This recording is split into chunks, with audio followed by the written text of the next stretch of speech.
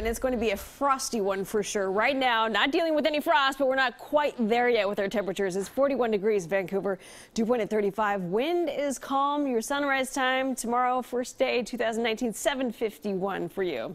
Now, as we look at your current temperatures, we're already freezing in Hood River, 32 degrees, 37 the Dalles. Good news is we're not expecting any snow to fall in the lower elevations. No snow at all until we get to Wednesday, which we're going to talk about here in just a second. Central Oregon right now, you're in the upper 20s.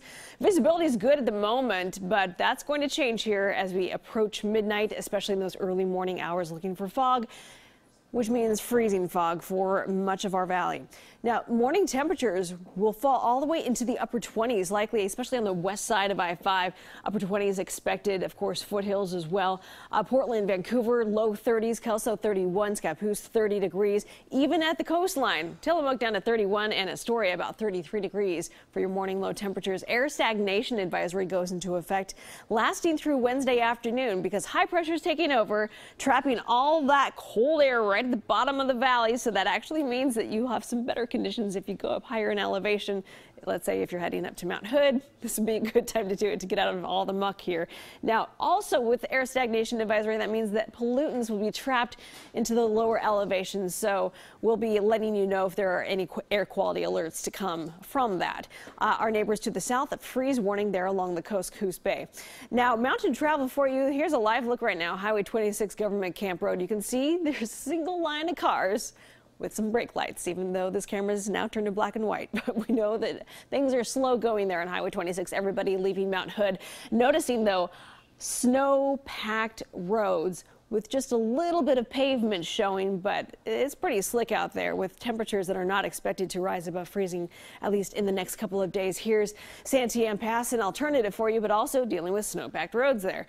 Now, for your ski report, of course, no new snow in the last 24 hours has fallen, but look at these bases. This is awesome. 6 feet of snow there for your base at Timberline, 5 feet at Mountain Meadows, Ski Bowl, 29 inches and 62 inches for you at Bachelor. So high pressure is in charge right now. One of the reasons why we'll also be dealing with these inversions when the air is actually colder down below than it is up above. So a pretty shallow inversion taking place. Fog will be prevalent over the next day and a half. When are we going to finally see some rain, though? Once again, we're looking for it not until Wednesday night. That'll be at the coast first and then eventually spreading out to our inland valleys Thursday, lasting through Friday. Here we go with some mountain snow. Saturday, Sunday, more rain and snow in the forecast. How much snow could we see? From Thursday lasting through Saturday, snow totals could range anywhere from 3 to 6 inches there at Mount Hood at resort levels, and maybe a touch more, closer to a foot of snow expected Mount Bachelor. Here is your 7-day forecast.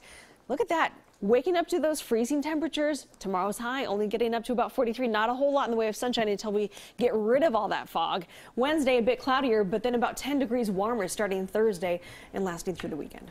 All right, some nicely timed drier weather, though, for our New Year's celebration. Good timing, yes. You did a good job. Hey, I tried.